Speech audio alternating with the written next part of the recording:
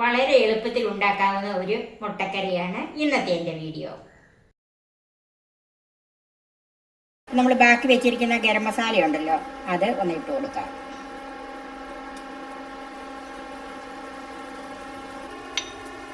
ഇത് വേകുന്നത് വരെ അടച്ചു വെക്കാം.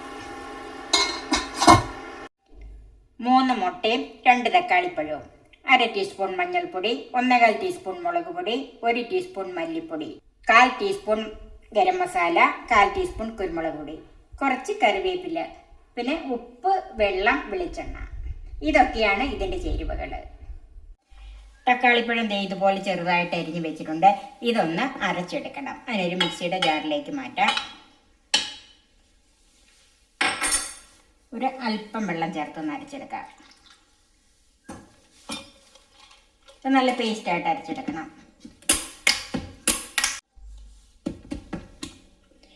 നല്ല പേസ്റ്റായിട്ട് അരച്ച് വെച്ചിട്ടുണ്ട്. ചൂടായ പാനിലേക്ക് വെളിച്ചെണ്ണ ഒഴിച്ചു കൊടുക്കാം. 1.5 ടേബിൾ സ്പൂൺ വെളിച്ചെണ്ണ ഒഴിച്ചിട്ടുണ്ട്. വെളിച്ചെണ്ണ ചൂടായി അതിലേക്ക് അരച്ച ഈ പേസ്റ്റ് ഒഴിച്ചു കൊടുക്കണം. ഇനി ഇതൊന്ന് വഴറ്റിയെടുക്കണം. ഇതിനകത്ത് കടുകോ ഒന്നും വേണ്ട. അതുകൊണ്ടാണല്ലോ ഇത് എളുപ്പത്തിൽ ഉണ്ടാക്കാവുന്ന കറി എന്ന് പറയുന്നത്.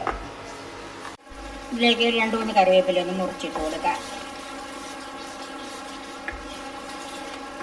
ഇപ്പം ഈ തക്കാളിപ്പഴം നന്നായിട്ട് തിളച്ചൊന്ന് ചൂടായി വന്നിട്ടുണ്ട്. അതിലേക്ക് പൊടികൾ ചേർക്കാം. മഞ്ഞൾപ്പൊടി, മുളക് പൊടി, മല്ലിപ്പൊടി,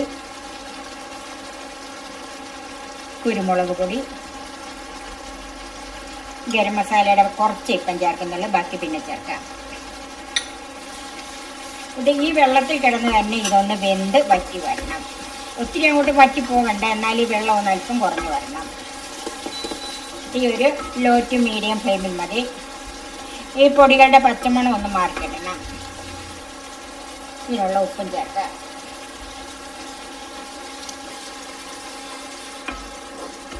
അപ്പം വെള്ളം ഏകദേശം ഒന്ന് വറ്റി വന്നിട്ടുണ്ട്. ഇനി തീ ഒന്നോടെ കുറച്ച് വെക്കാം. കുറച്ച് വെച്ചിട്ട് അതിലേക്ക് മുട്ട ഉടച്ചൊഴിക്കാം.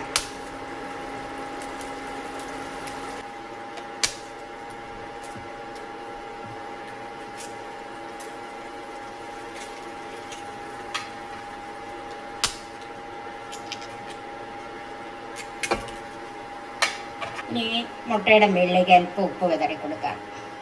നമ്മൾ ഉടച്ച് ചേർക്കുന്നില്ല, അതുകൊണ്ടാണ് ഉപ്പ് ഇങ്ങനെ ഇട്ട് കൊടുക്കുന്നത്. ഇനി ഇത് ലോ ടു മീഡിയം ഫ്ലെയിമിൽ അടച്ച് വെച്ച് വേവിച്ചെടുക്കാം. നമുക്ക് ഇതിൻ്റെ വേവ് എന്തായെന്നൊന്ന് നോക്കാം. ഇത് ശരിക്കും വെന്തിട്ടില്ല. നമ്മൾ ബാക്കി വെച്ചിരിക്കുന്ന ഗരം മസാല ഉണ്ടല്ലോ, അത് ഒന്ന് ഇട്ട് കൊടുക്കാം.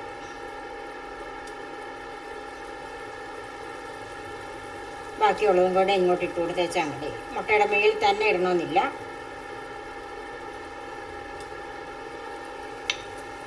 ഇത് വേകുന്നത് വരെ അടച്ചു വെക്കാം. ഇപ്പോൾ ഒരു 8 മിനിറ്റോളമായി. നമുക്കിതൊന്ന് നോക്കാം. മുട്ടയൊക്കെ വെന്തിട്ടുണ്ട്. ഇനി അതിൻ്റെ മേളിലേക്ക് ഒരല്പം കറിവേപ്പില ഇങ്ങനെ ഒന്ന് മുറിച്ചിട്ട് കൊടുക്കാം. നമുക്കൊരു തീ ഓഫ് ചെയ്ത് ഒരു 2 മിനിറ്റ് ഒന്ന് മൂടി വെക്കാം. നമുക്കിതൊന്ന് നോക്കാം. ഇത് അധികം ചാറില്ലെങ്കിലും ചോറിനും ചപ്പാത്തിക്കും പുട്ടിനും ഒക്കെ അടിപൊളി ഒരു കറിയാണ്. ഉണ്ടാക്കാനും വളരെ എളുപ്പമാണല്ലോ.